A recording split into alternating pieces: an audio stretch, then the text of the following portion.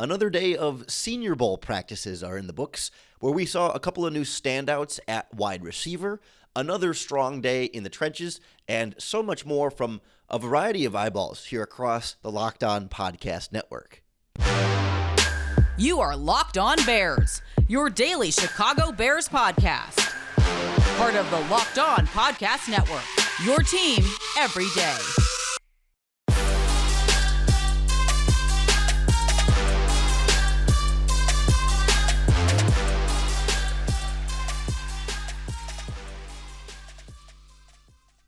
This is Locked On Bears, and I'm your host, Lorin Cox. I'm here to bring you your daily, in-depth Chicago Bears news and analysis. You can follow me on Twitter at CoxSports1. You can follow the podcast on Twitter at Locked On Bears. You can like Locked On Bears on Facebook. Join the Locked On Bears Facebook group for even more Bears talk. And make sure you hit that subscribe button on the Locked On Bears YouTube channel to keep up with all of our video podcasts as well. Thanks for making Locked On Bears your first listen today. Today's episode is presented by PrizePicks. PrizePicks is daily fantasy made easy. Pick 2 to 6 players, and if they score more or less than their PrizePicks projection, you can win up to 25 times your money on any entry. First-time users can receive a 100% instant deposit match up to $100 with our promo code LOCKEDON. That's prizepicks.com, promo code LOCKEDON. On the show today, we'll be joined by some of our other Locked On Podcast Network hosts down here in Mobile as we go around and talk through everything we've seen from the prospects, largely from the second day of practice, but across the 2 days so far. We'll really get a sense of some of the standouts and maybe in the good ways and the bad ways at a variety of positions across the roster. And I really like getting together with these guys because any of us individually, we can only watch really one position group or battling group well, and maybe you can get little snippets here and there, but collectively, we all can see a lot more and have a lot more to present than just me, or even like yesterday's podcast, me and Brian are just two people. We're expanding that out even a little bit more here with our friends from the Locked On Podcast Network. So we're going to break down everything we saw on the field.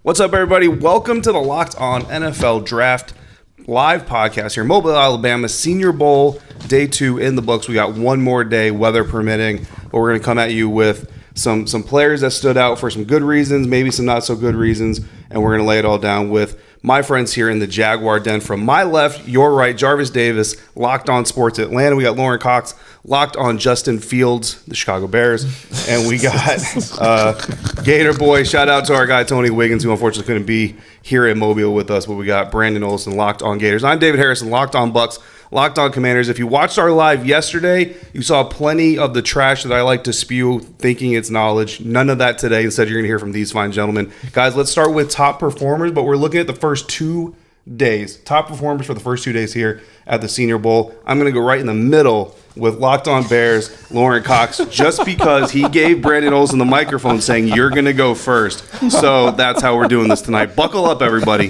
This is what's happening. We're having a good time here, aren't we? I got to say, I think the guy I want to start with for me was the wide receiver from Stanford. I always want to make sure I've got their names correct when I say them here. Wilson, was it Michael Wilson? He was big, fast, strong, like the guy with juice, especially on that roster. Like, to me, this was a wide receiver group that overall, Michael Wilson from Stanford, a wide receiver group overall that we knew would be underwhelming, and we knew, like, there were a couple guys with some hype, but, not really. There was a lot of opportunity for somebody and for multiple people to step up into bigger roles and bigger opportunities. And he's a guy, he's like, 6'2", I think, 215 pounds, and just is a step faster than all the other receivers. Like, it's not as much straight line speed. Like, he's got straight line speed, but like fluid in and out of his breaks, doesn't slow down very much when he changes direction. And he's built like a bigger body wide receiver. I mean, those are the kind of traits that a couple of days at practice really make a player like that stand out in front of scouts like this. Yeah, absolutely. And, something that I really like seeing the coaches work on with these younger, these college prospects looking to go into the NFL was really how they kind of sit down when they're going into their breaks. And that's something that a lot of people don't really notice in the game flow, but it's something that can prevent injuries and can really help the receiver not just stay healthy, but also get in and out of their breaks a lot faster. So good to see these guys teaching, because really that's what it's all about out here for the coaches on the ground. Not evaluating. We're evaluating. The guys in the stands are evaluating. The fans are obviously evaluating, but the coaches are out here teaching. Jarvis, who do you have as your top performance so far here in Mobile?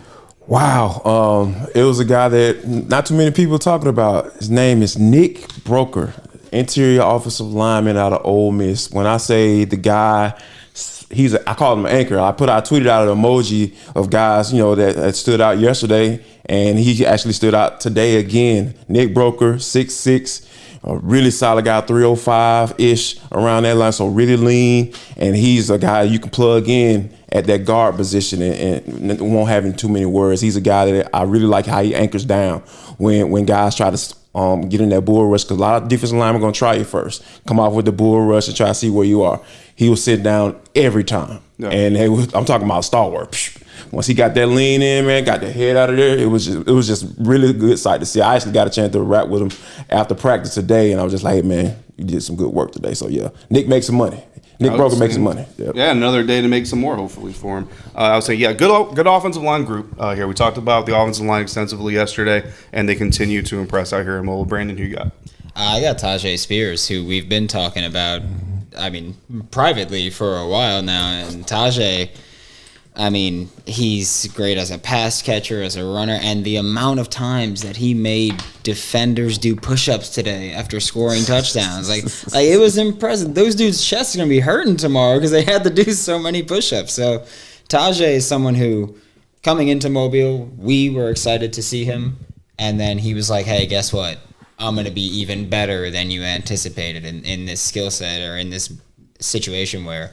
He's making himself money, and he's impressing myself, everybody here, and a lot of NFL teams. I wasn't watching the running back super closely. Was he the one that had that breakaway touchdown run where it was just like clean through to the second level and no one had a shot to catch him? Yeah, absolutely. That makes sense, yeah. Great awareness on that play, hit the hole hard, set up the defender, and then ran right around him, accelerated, nobody could touch him. And yeah, the American team squad, the defense coaches, every time their defense gives up a score that would be an actual score, even if they were full tackling at times, they do push-ups. And me being who I was in my former career, I'm enthusiastic about physical punishment for not doing your job well. This episode is brought to you by FanDuel. This year, the only app you need at your Super Bowl party is FanDuel, America's #1 sportsbook. We're really excited about having them as our new sports betting partner here on the Locked On Podcast Network. And if you're new to FanDuel, that's great because they have so many great features that make betting on sports fun and easy. Download FanDuel now so you can bet Super Bowl 57 with a no-sweat first bet. You'll get up to $3,000 back in bonus bets if your first bet doesn't win.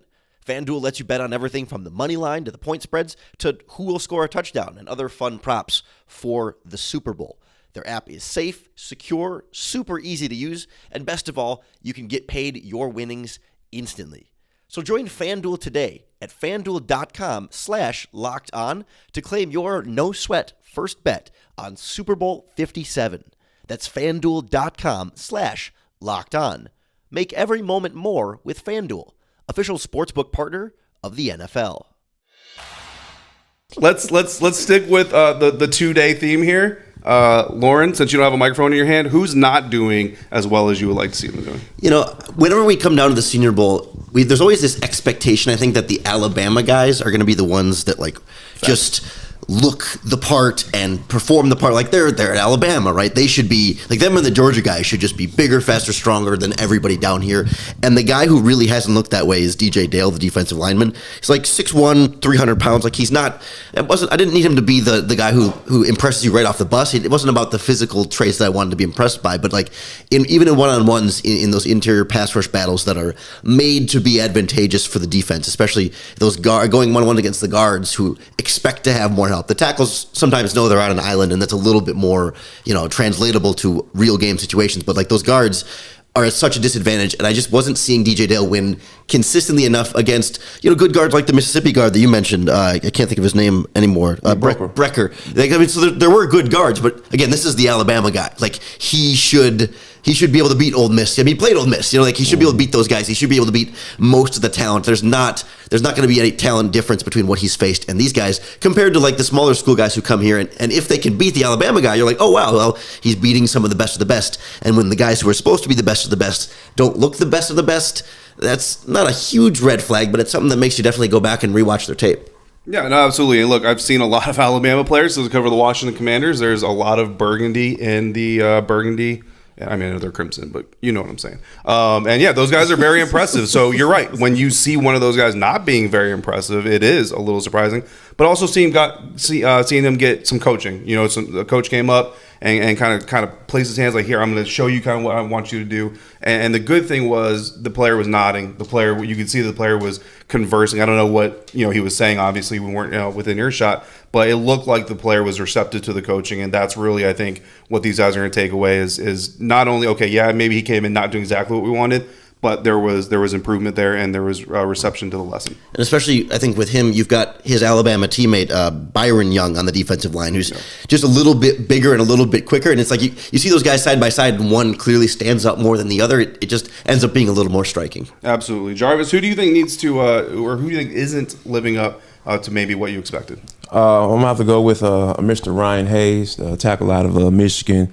He's about 6'6", 305. That's a decent number for a tackle in size, but he plays so much lighter than that. He plays like he's 265. Because there were a lot of guys that were able to get up underneath his pass and kind of get him to a point where he looks like he's going to be on his behind once they get too close to the quarterback. So, but I think, and it just seems like he was just uncomfortable out there and never really. And a lot of times, you kind of try to look at a guy differently, and when he's in this different situation, because in the one-on-ones, he looked out of place, and then even when he got into 11-on-11 and team, he looked out of place. So I think he's one of those guys that he's going to have to kind of figure some things out really quickly, because if not, he's going to be his stock is definitely going to be down.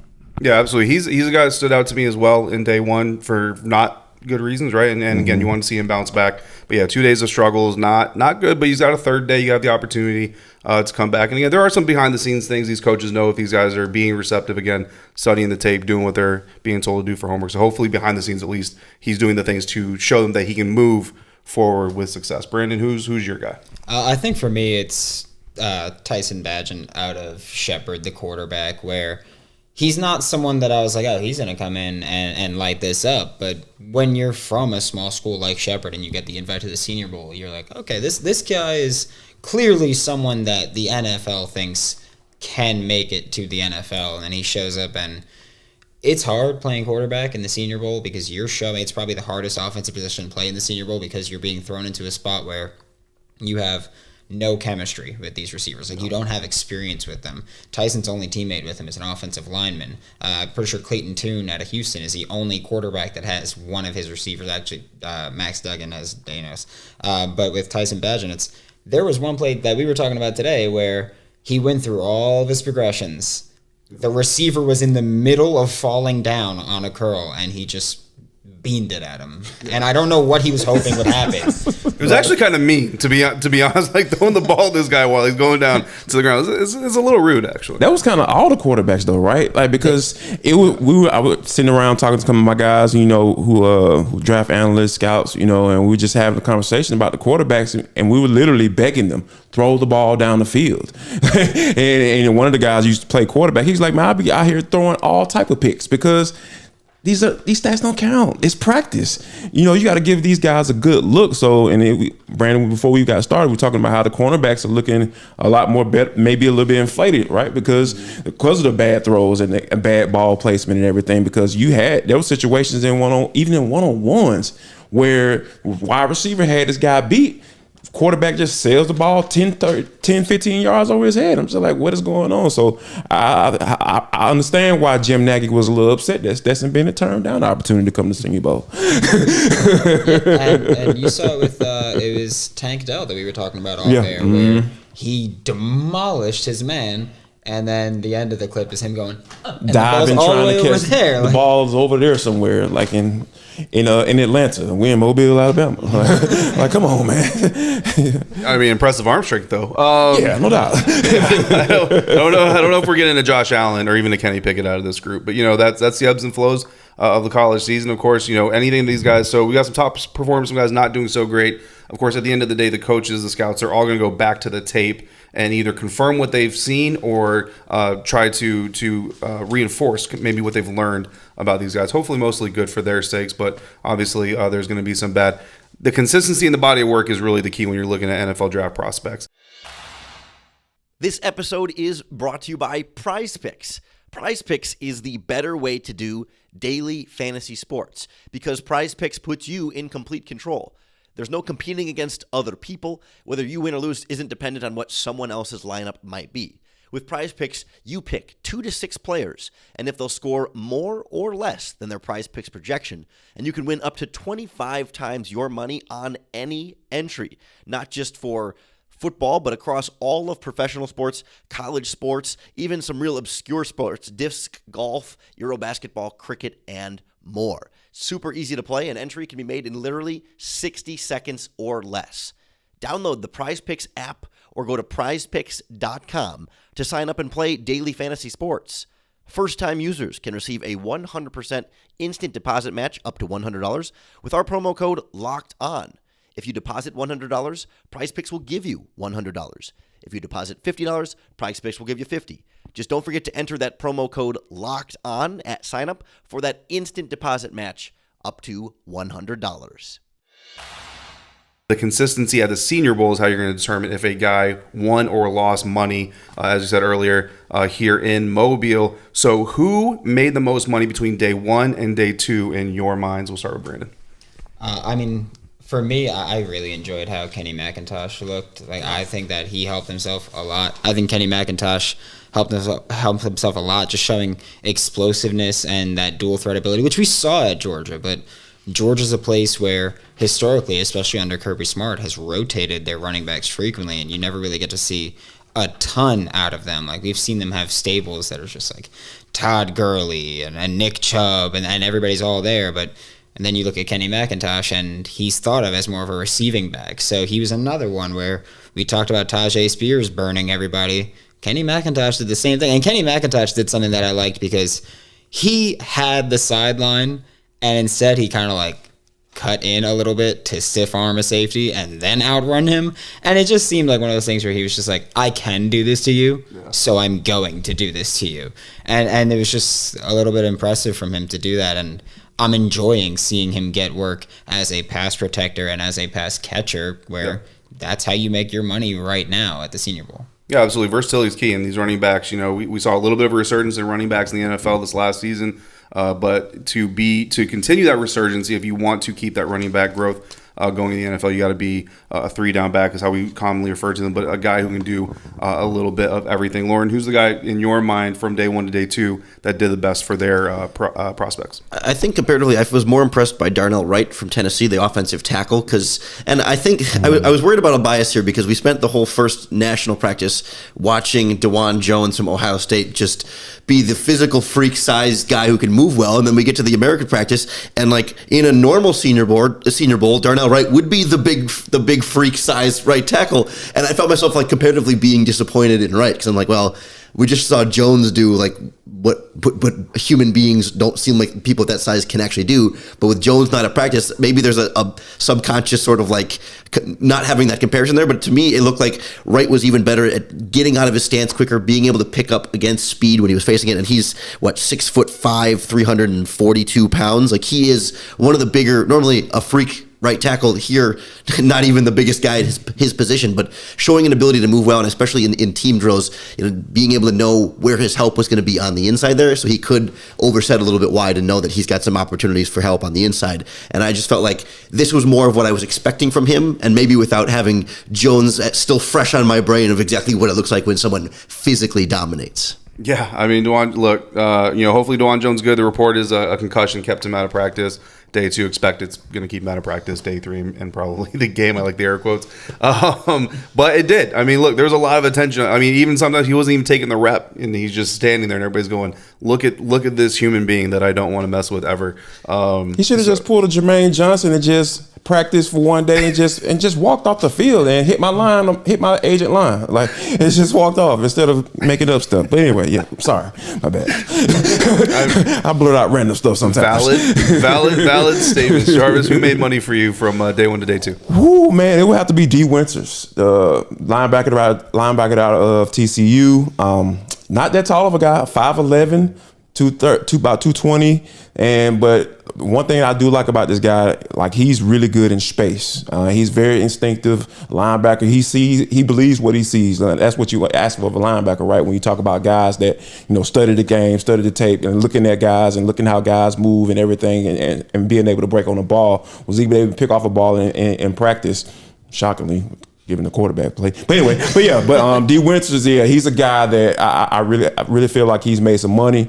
Like I said, of course teams are going to knock him for his height, but at the end of the day, if I'm a GM in the NFL, I probably won't be sitting here talking to you guys, but if I'm a GM in the NFL, I want ball players. I want guys who can play ball. I'm not necessarily that big on measurements, you know what I mean? But I like the tape. I believe what I see. He had an excellent game against Michigan, and you just can see the guy is a playmaker. So, yeah, I think teams are going to be paying attention heavily to the 5'11" linebacker out of TCU. Yeah, absolutely. Look, when I first spotted him out here in Mobile, it was for the exact same reason you just described. I was like, that's a small dude, and maybe if he can make it, maybe I could have made it in a different life as well. But then watching him going through, probably not, but going through the reps, I mean, you're right. Like, he looks like he belongs on a football field. And let's just be honest, like, sometimes there's guys that even have the measurements and they don't look like they belong out there. But all these guys definitely belong out there, whether they come from small schools, big schools. They're all expected to be NFL draft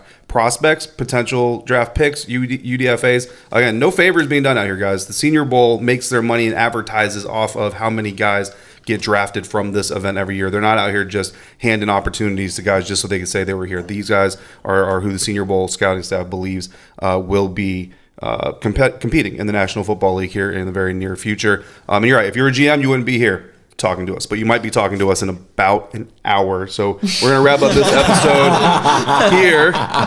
Day 3 is coming here at the Reese's Senior Bowl. Brandon, who are you looking for on day 3? Could be a guy that you just want to see continue shining, or maybe another guy you need to see pick it up. For me, it's Darius Rush out of South Carolina. He's the guy that I would like to see because corner. So for most, yeah, good job. You should be producing it. So for me, when you look at South Carolina and you're talking about cornerback, most people talk about Cam Smith as the guy that's going to be a first-round pick, but Darius Rush, a shade under 6'2", long arms, and day 1 on Tuesday, he was just great. There was that one clip going around where he runs the route for the receiver, picks off the curl. Today, he kind of came down to earth, but honestly, even if he comes down to earth, the average is still higher than what most people anticipated from him. Like, when I saw him on the roster, I was just like, I haven't seen him yet, but I guess I will. And so now, I mean, that length, that size, that's just something that you like to see from a corner, and especially now where we're going into an NFL where length at corner is increasingly important. You look at guys like Sauce Gardner coming out, and it's like, you can't find that. Tariq Woolen, you can't teach those things. You can't teach size, man. Yeah, when you can find that in Darius Rush, that's something that's incredibly important. And when you show flashes like that, an NFL team is going to see that and say, maybe I can make you do that more consistently, and we can get a real gem on our hand here. Absolutely. Jarvis, who are you looking for on day 3? Has to be Julius Brent, man. A corner out of Kansas State. 6'3", 200 pounds, long, lengthy. Yesterday had an absolute day. I gave him a dog emoji on Twitter when I was tweeting out my guys. That's big. That's real big. You know what I'm saying? Like, that's as high as you can get, man. You get the dog emoji is going down, but kind of fell off a little bit today. I was actually talking to some scouts. And they were like, he may be a little susceptible to the playing man coverage. And, in the NFL, you got to be able to do that, at least to the point where they don't not calling your name. Like, God, dog it, such and such. You don't want to be the fill in the blank right there. So, but I do think that to show that consistency, to show what I saw in him yesterday was real, need to kind of level off a little bit and not necessarily kind of fall off in one-on-ones against other wide receivers. Now, granted, wide receiver was a good wide receiver, but you got to be able. You can't get lost in man coverage. That's not good at all. Yeah, absolutely. Lorin, who are you looking at? And is it possible that they will be joining the legendary quarterback Justin Fields in the near future? This one probably not based on where his draft range is, but the guy I want to see more from is Cody Mock, the offensive lineman from North Dakota State. Played left tackle there throughout his college career. Day one, exclusively at left guard as far as I could tell. I didn't watch I didn't have my eyes locked on him the whole game, but pretty much every rep I saw was left guard. Today, Wednesday? Is today Wednesday? The days down here blend together. He started at left guard, then they moved him over to right guard. They had him back at left tackle, and then he was snapping, and he was at center for quite a few reps in some 7-on-7 and 11-on-11 situations, or 9-on-7. And I saw a couple of snaps hit the deck that, under center that just were fumbled there because he never snapped in college. He told me after practice on Tuesday, days of the week, that he's been practicing snapping on his own for a while, but the coaching staff down here hadn't explicitly told him, hey, tomorrow we're going to play at center. He just said, I'm going to be ready for wherever they want to play me. And today, 4 positions on the offensive line he practiced at across different reps. He was really good at left tackle or left guard yesterday. Still pretty good at those spots, but they're all so new to him. I just want to see more of that at all those positions, and that can really cement him as that, late first round pick that would be out of the Bears' range unless they do some wild trading down. Yeah, I'm sure Justin would love to have him, though. I mean, there's a reason that these coaches move guys around sometimes. Sometimes it's because you're struggling. We saw a little bit of that on day one. But sometimes it's because you came out and you balled out and said, okay, well, let's see just how much you have and how much we can challenge you and how much we can really tap into. So it's good to see those coaches doing that. And, again, seeing those players either step up or learn from them. And then once they take those lessons, maybe come back the next day and show even better. So plenty more to see here in Mobile as we get into day 3 and we wrap up the festivities here. But great job, guys, identifying some good prospects and some guys that need to do some work and some guys who are already putting in work. And Jarvis Davis, Locked On Sports Atlanta. Lorin Cox, Locked On Bears. Brandon Olson. I almost had a random last name. I don't even know why. Brandon Olson, Locked On Gators. Doing great work. Make sure you check them out. I'm David Harrison, Locked On Bucks, Locked On Commanders, doing adequate work. That's why I have 2 co-hosts that carry me through the rest of the season. This is Locked On NFL Draft. Don't worry, I will not be your host very much longer on this feed. Behind the camera, Ross Jackson, Locked On Saints, your Tuesday host of Locked On NFL, along with Luke Braun of Locked On Vikings. So if you can't catch it, if you got a favorite team, we've got you covered here on Locked On Podcast Network. So thank you for joining this live. Make sure you come back for more here on Locked On NFL Draft, part of the Locked On Podcast Network. Your team every day. Thanks again to all our friends here on the Locked On Podcast Network getting together down in Mobile to break down everything we've seen from the Senior Bowl practices. Day 2 especially, but a little bit of day 1 carryover in there as well. If you enjoyed our roundtable conversation, make sure you hit that subscribe button wherever you're listening to Locked On Bears. That's going to be the best way to keep up with all of our daily, in-depth Chicago Bears news and analysis. Thanks for making Locked On Bears your first listen today. If you're looking for your second listen, you can check out Locked On NFL Draft for more Senior Bowl coverage. You can check out Locked On NFL for all the biggest stories in the league. Tom Brady retiring, head coach hirings and trades as part of that process, and a Super Bowl coming up right around the corner. So check out those shows for even more football coverage because the Locked On Podcast Network is your team every day. Appreciate you tuning in to this episode of Locked On Bears. Make sure you come on back tomorrow for another daily podcast. And, of course, you have to come back for your next opportunity to bear down.